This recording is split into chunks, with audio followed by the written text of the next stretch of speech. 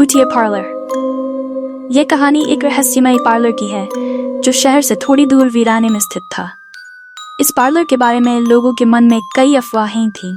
कहते थे कि जो भी वहां जाता था और भी खूबसूरत होकर लौटता था। खासकर युवा पीढ़ी में वहां जाने का जुनून बढ़ता जा रहा था। पार्लर में क्रीम्स, कॉस्मेटिक्स और अन्य सौंदर्य उत्पाद दिए जाते थे जिन्हें चेहरे पर लगाकर लोग और भी आकर्षक हो जाते थे।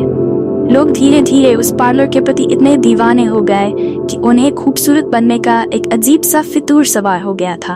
लेकिन कोई नहीं जानता था कि उस पार्लर में कुछ जादुई और रहस्यमय था जिसे किसी ने नहीं समझा। ज्योति, एक शहर में रहने वाली लड़की, भी उस पार्लर में जाने का सपना देख रही थी। वह लंबे समय से पैसे जमा कर रही थी क्योंकि वह पार्लर बहुत महंगा था। एक दिन उसने तय किया कि वह वहां जाएगी और सुंदरता पाकर लौटेगी। जब वह वहां पहुंची तो उसे वीआईपी ट्रीटमेंट दिया गया जिससे वह हैरान थी। उसने वहां फेशियल करवाया और उसे एक मुफ्त ब्यूटी क्रीम भी दी गई जिसे वह अपने साथ ले आई। रोज उस क्रीम का इस्तेमाल करना शुरू किया। शुरुआत में वह बहुत खुश थी क्योंकि उसकी सुंदरता दिन ब दिन बढ़ती जा रही थी। उसके आसपास के लोग हैरान थे और उसे देखकर तारीफ करते थे। ज्योति अपने अंदर आए इस बदलाव को देखकर बेहद खुश थी। लेकिन कुछ समय बाद उसकी चमक धीरे धीरे कम होने लगी। उसके चेहरे पर झुर्रियां आने लगीं और वह अपनी जवानी खोने लगी।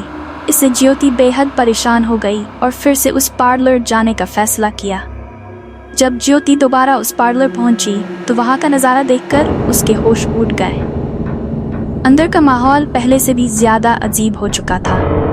ज्योति ने देखा कि वहां एक बूढ़ी रहस्यमयी महिला खड़ी थी जो चुड़ैल जैसी दिख रही थी।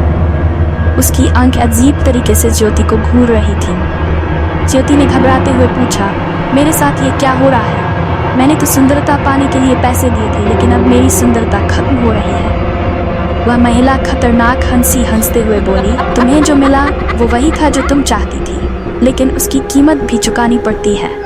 यहाँ जो भी आता है मैं उसकी आत्मा और शरीर पर कब्जा कर लेती हूँ और उन सभी की जवानी धीरे धीरे मैं खींच लेती हूँ। अब तुम्हारी आत्मा पर मेरा कब्जा है। धीरे धीरे तुम्हारा शरीर भी मैं अपने अंदर संभालूंगी और तुम मर जाओगी। ज्योति ये सुनकर पूरी तरह से सन्न रह गई। उसके पैरों तले जमीन खिसक गई। वह अपनी जिंदगी और सुंदरता दोनों खो चुकी थी। उसकी आत्मा और जवानी उस चुड़ैल के जादू का शिकार बन चुकी थी।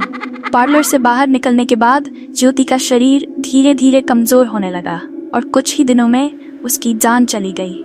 उसकी हालत देखकर गांव के लोग हैरान थे, लेकिन किसी को नहीं पता था कि उसके साथ क्या हुआ था। अब कोई भी उस भूतिया पार्लर के पास जाने की हिम्मत नहीं करता था। उस पार्लर की सच्चाई लोगों के सामने आ चुकी थी और अब लोग उससे दूर भागने लगे। इस तरह वह भूतिया पार्लर हमेशा के लिए एक डरावनी कहानी बनकर रह गया, जहां सुंदरता की चाह रखने वाले लोग अपनी आत्मा और जवानी खो देते थे और कभी भी पहले जैसे से नहीं लौट पाते थे।